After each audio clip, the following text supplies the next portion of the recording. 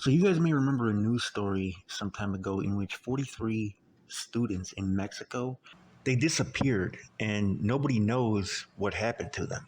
This was blamed on a cartel that was actually ran, they said, by two guys from Chicago who were pizza delivery men.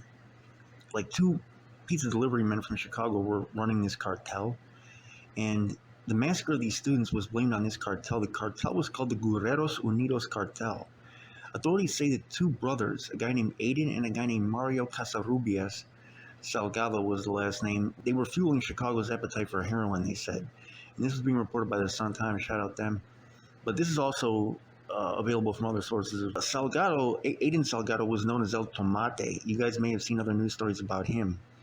And Mario Casarubias is now deceased. He was nicknamed El Sapo Guapo. That means the handsome toad. So the Mexican government, in the particular photo that I'm going to put up here, blacked out his eyes in the pic. But yeah, these were the two brothers. So they said that every week there were buses that would be loaded with drugs, shipping these drugs from southern Mexico up to Chicago. And they had secret compartments, and it made detection at the border almost impossible. So there were warehouses in the town of Aurora, which is to the west of Chicago, and in the town of Batavia. It was heroin. The heroin was unloaded. Then it was distributed around Chicago and across the country. Among the other gangs in Chicago, we also have the cartels. And the cartels, I mean, they're like fueling this whole thing as far as the dope. Over a year, starting in July of 2013, they said the Guerreros Unidos Mexican drug cartel imported about 2,000 kilos of heroin to Chicago. And heroin here is a huge problem. Millions of dollars were sent back to Mexico in the same compartments. So a former DEA agent said, when we came to the realization as to the volume of heroin that they were trafficking, the significance really hit home to us. He said practically every week shipments were coming in on these buses. These guys were not as powerful as the Sinaloa cartel. And compared to the more powerful cartels, which at that time the Sinaloans were being run by El Chapo, Guerreros Unidos was just like a small group. But they said they were up and coming. They were bringing in quantities equal to tens of millions of doses on tour buses. So the Guerreros Unidos heroin operations, they said, in the region were operating at a very high capacity at the time that heroin-related emergency room treatments and overdose deaths were rapidly increasing here. So people were dying off the stuff left and right and just ODing and stuff. And the cartel, like I said, they weren't as big as some of the other ones, but they compensated for it in ingenuity. They said its tactics included bribing Mexican police and military officials and installing hiding places on the buses that were so complex that when U.S. authorities eventually seized one and took it apart, they couldn't find any trace of the stash. The Guerreros Unidos were under the radar of law enforcement because big money was being focused on El Chapo. So all the focus they were putting on El Chapo was like taking some of the heat off these other guys. And they said we were blind to what was happening. The anonymity that they were enjoying for a while ended in the fall of 2014 because Guerreros Unidos became infamous around the world for perpetrating one of the most heinous crimes in modern Mexican history, the disappearance and presumed massacre of 43 college students in Iguala in the state of Guerrero. So the remains of only 3 of the students have been found. So the suspects in that massacre were the cartel's reputed leaders, and these were those brothers that I was talking about, Aiden Casarubias Salgado and Mario Casarubias Salgado. So El Tomate and El Sapo Guapo, these were the 2 suspects in this atrocity, they said. This was about 9 years ago, and the case still remains shrouded in mystery. So at the end of July, international investigators presented a final report that accused the Mexican army of stonewalling their investigation. So a key piece of the story is how the DEA took down the cartel's lucrative Chicago operation.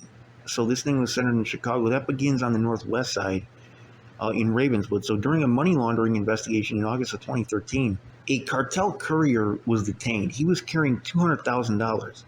That courier, he was arrested in a parking lot. He gave up details of the operation. So he immediately started telling. The DEA raided his gray clapboard house on Winnemac Avenue in Ravenswood on the northwest side. So Ravenswood, for those of you guys who don't know, it's a part of the northwest side of Chicago. It's a little bit more east than like Belmont, Cragen, and some of those other neighborhoods on the northwest side, but it's a pretty decent neighborhood. Actually, there's some pretty wealthy homes in Ravenswood, and so it's a place where you got to have like some type of money to live unless you get one of the like.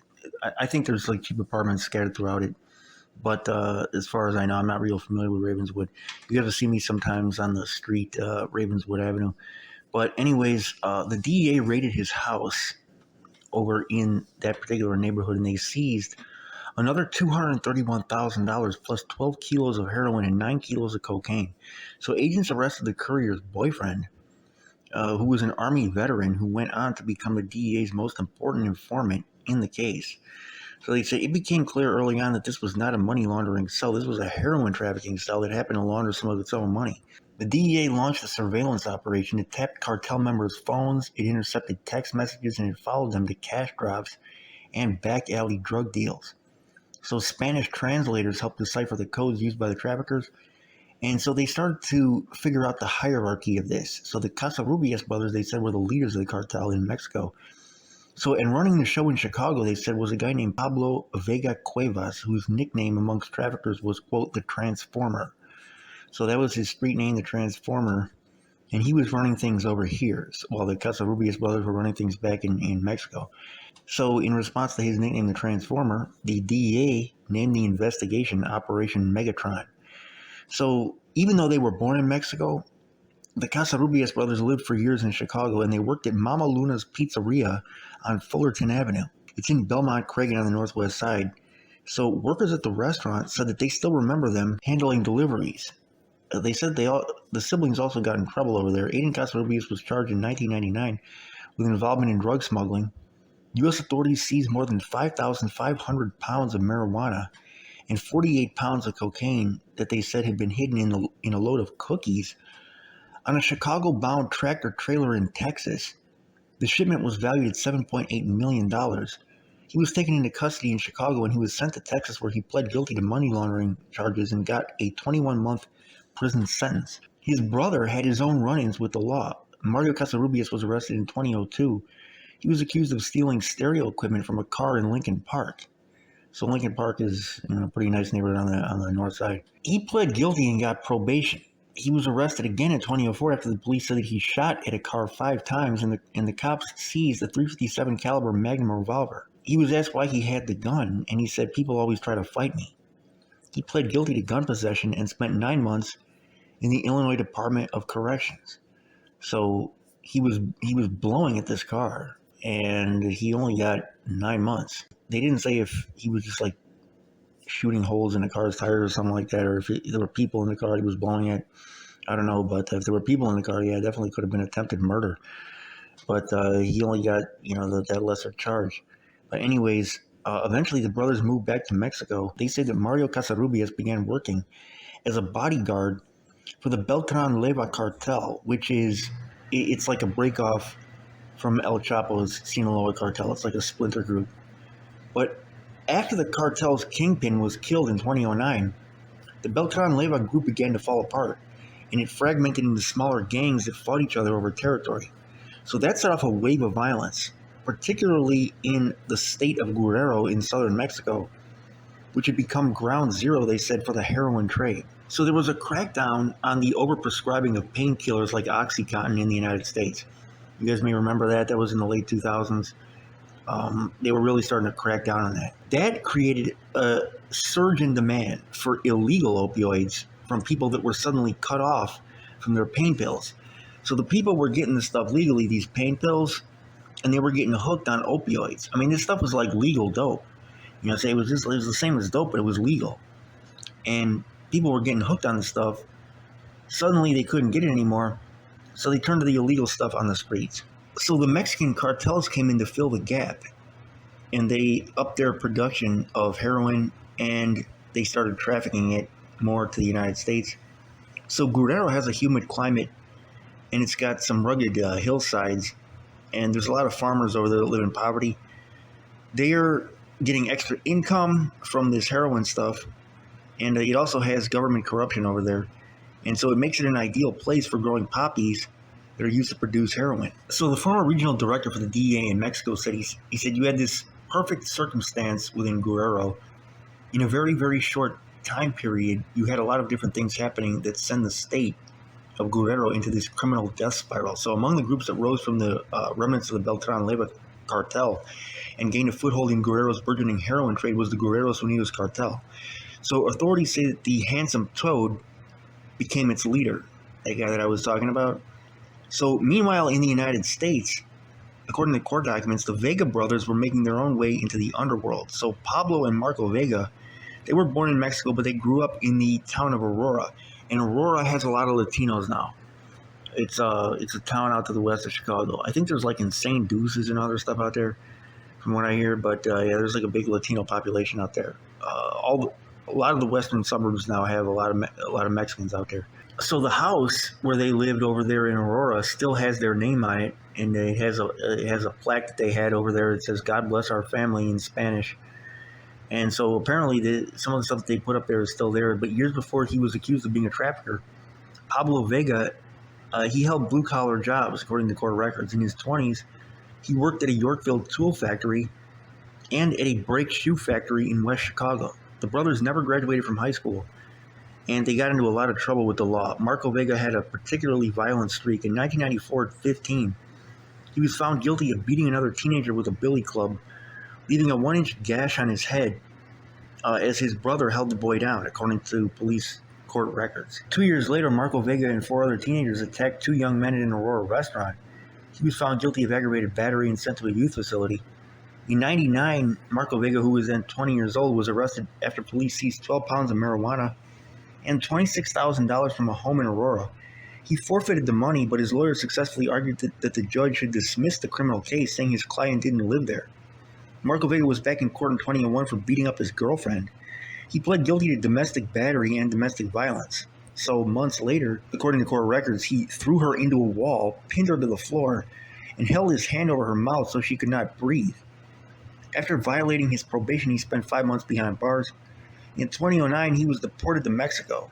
So according to testimony from a former cartel member, Marco Vega began working for Los Rojos, which is another group that splintered from the Beltran Leyva cartel, and it became one of the Guerreros' biggest rivals. So he was sending shipments of cocaine and methamphetamine every 2 weeks on passenger buses from Pasla in Guerrero to Chicago, Houston, and Atlanta, according to the cartel members' testimony. So in 2010, Marco Vega, who was nicknamed Mini Cooper, he switched sides. He joined the Casarubias clan and became one of the top lieutenants in the Guerreros Unidos. So according to testimony from another former cartel member, so you see how everybody was snitching, that was referred to in records, Marco Vega would buy large quantities of this opium gum that was produced by farmers in the hills of Guerrero, and the gum was cooked into heroin and shipped to the United States.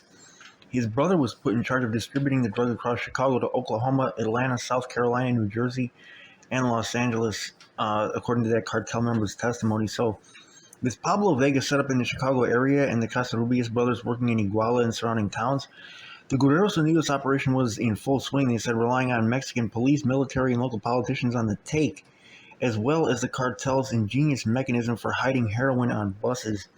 So their ability to hide the heroin on the bus, was a key for their success. So in the summer of 2013, things started to go bad. First, there was the seizure of nearly $500,000 in drug proceeds by the DEA, which the cartel seemed to, they took that hit. But then in March of 2014, Marco Vega took a trip on a lake in Mexico to celebrate his wife's birthday. When his wife fell into the water, he and his bodyguard jumped in to save her, but Vega never came back up, according to the source. So according to the source, that's the story that we have. His wife fell into the water, and then he jumped in to save her, and he never came back up. So the following month, Mexican authorities arrested Mario Casarubias. They said that he was one of the main traffickers of drugs to Chicago, transporting them on fruit trucks and passenger buses. So another brother, a guy named Sidronio Casarubias, took charge of the Guerreros Unidos, with Pablo Vega becoming second in command. So again, this is according to a cartel member's testimony. In July of 2014, a high-level cartel member named Gonzalo Souza Neves was arrested by the Mexican army along with an associate. So his nickname was the Uruguayan. So authorities seized 24 kilos of drugs and $250,000 in cash, according to the Mexican government. In a written statement, Mexican authorities said that Susan Neves, I don't know if his last name is actually supposed to be Nieves. There's no I in it, though. It's just Neves. I don't know how, but typically when I see the last name like that, it's Nieves. He oversaw drug trafficking via hidden compartments on vehicles, particularly buses. So that same month, a chance encounter almost blew up the cartel's whole operation and the DEA's investigation. Pablo Vega and another cartel member were stopped by police in Webb County, Texas for a traffic violation. The Texas police seized $21,000, some sewn into the traffickers' waistbands or hidden in their shoes. The two were released without charges, but Vega was like a signal to him to make a move. He texted a cartel member back in Chicago. He said, "Move the truck," referring to a vehicle used to transport drugs, according to a criminal complaint. He said, "Put it away." He said, "We got effed over here." So he texted his sister, instructing her to move 2 safes with drug money out of his home in Aurora. He also instructed his associates to remove cash and drugs from one of the warehouses. For months, the operation went cold. And despite its lucrative business, the Guerreros Unidos cartel might have gone down in history as just one more in a long line of mid-sized Mexican drug trafficking groups. But on the night of September 26, 2014, everything changed.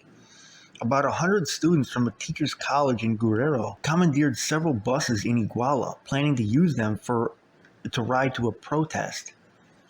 So for years, the practice of hijacking buses had been mostly tolerated by authorities and bus companies. So this is something here in the United States, I don't know what would happen here if somebody tried to do that, but this is what these students would do. They would hijack the buses and then they would use them to go to a protest. So that night, though, the police officers and other gunmen in Iguala began firing at the unarmed students. Several were wounded. Dozens were taken away in police vehicles. By dawn, 6 people were dead and 43 students had vanished. Exactly what happened is still unclear. So according to the cartel source, the government, he's the government's informant, there was a war going on among rival gangs for control of the area at the time of the attack. Text messages that were intercepted by the DEA and published in a report by international investigators last year suggest that the Guerreros Unidos might have believed that an opposing group entered Iguala along with the students. So they're not sure if this is the motive for the attack, but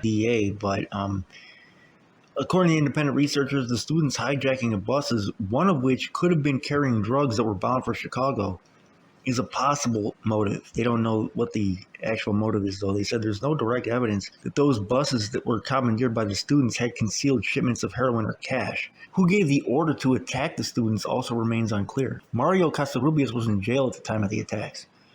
Mexican court documents suggest that the order to F them up came from him, or from Aiden Casarrubias and 2 of their other brothers.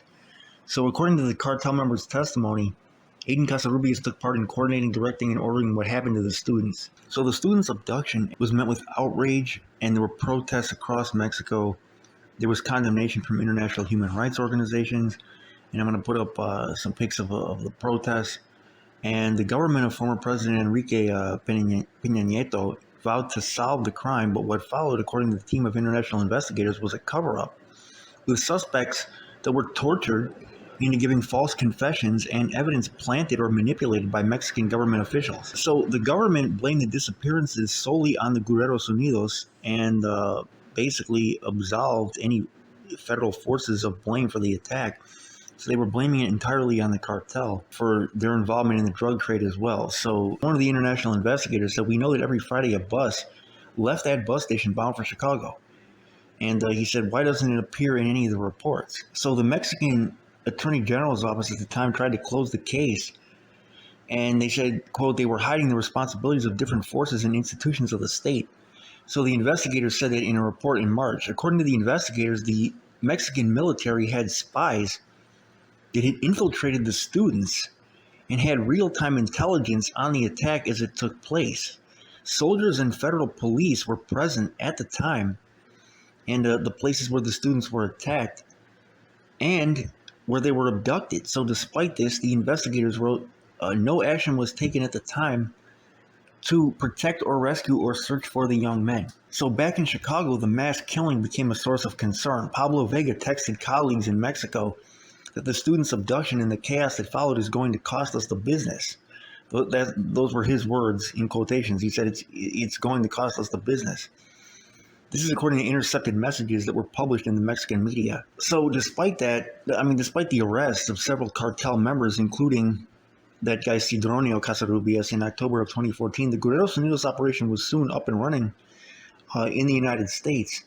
And at the end of that month, Vega and his associates were again distributing heroin in Chicago. So the DEA was under increasing pressure from the U.S. Attorney's Office in Chicago to take down the cartel. So by December, they were ready to move. But on the morning that they were set to make arrests, the DEA realized that Vega and his brother-in-law, Alex Figueroa, were on the move, heading toward the Mexican border. So one of the DEA guys said, quote, he booked it. So by tracking Vega's phone, the DEA pinpointed his location in Oklahoma. On December 9th of 2014, in Oklahoma, Vega and Figueroa were arrested. 3 other cartel members were arrested in the Chicago area, and police and DEA agents seized cars and raided homes and businesses in Aurora. So at least 8 Guerreros Unidos associates have pled guilty to federal drug trafficking charges in Chicago, including Pablo Vega. 6 have served time in prison and been released from custody. Vega is set to be sentenced this month. Aiden Casarubias and his lawyer didn't respond to requests for comment, and Vega's attorney would not comment. So today, the Guerreros Unidos cartel has largely ceased to exist in Chicago, according to law enforcement. In Mexico, the group continues to function, but it's split into 2. So the remaining Guerreros Unidos faction is led by the mother of the Casarubias siblings, according to court records in Mexico. In 2017, Mario Casarubias was sentenced to 10 years in prison for possession of drugs and firearms. According to the Mexican media, the handsome toad died of COVID in 2021 before he could serve out his sentence. In announcing his death, the Mexican government, their Truth Commission, said in the Iguala case that he was, quote, linked to the disappearance of the 43 students. So Aiden Casarubias is facing federal charges in Chicago of conspiracy, drug trafficking, and money laundering. In a court filing, he unsuccessfully sought a compassionate release, saying that he'd been a victim of torture in Mexico, including suffocation by plastic bags at the hands of government authorities. In a separate filing, he denied being a cartel leader, saying that his former job as a pizza delivery man does not exactly qualify him for the role of cartel kingpin. He also said that he has family roots in Chicago, noting that his son and daughter attended colleges in Illinois. He also described his friendships dating back to his Mama Luna's Pizzeria delivery days. So Aiden Casarubias remains in federal custody awaiting trial, and in Mexico, after years of cover-ups about the disappeared students, the government recently did take some action. Over the past several weeks, 10 soldiers were arrested for possible involvement. 4 other military officers are awaiting trial. More than 8 years after the students disappeared, though, not a single person has been convicted of that crime in Mexico. The international investigators on the case have now left Mexico for good. Those students might never, it might never be fully solved, but that's who the finger was being pointed at. It's hard to know, though, because there's so many people, they're tied up in this drug stuff that it's hard to know, man. And the thing may never be solved. You guys let me know what you think, though, in the comment section, man. But it's another example of, the drug business and all the death that comes with it. A lot of times people talk about drugs like it's a harmless crime. You know what I'm saying? Well, the drug addicts, they want to get high, so we're just doing, what they're asking for and stuff like that. And there's all types of ways of justifying it, but the drug business itself is a bloody business. And anybody that's involved in it, if they're being honest, knows this and will admit it. Like, there's murder that comes with this stuff. It's not, you can't separate the two.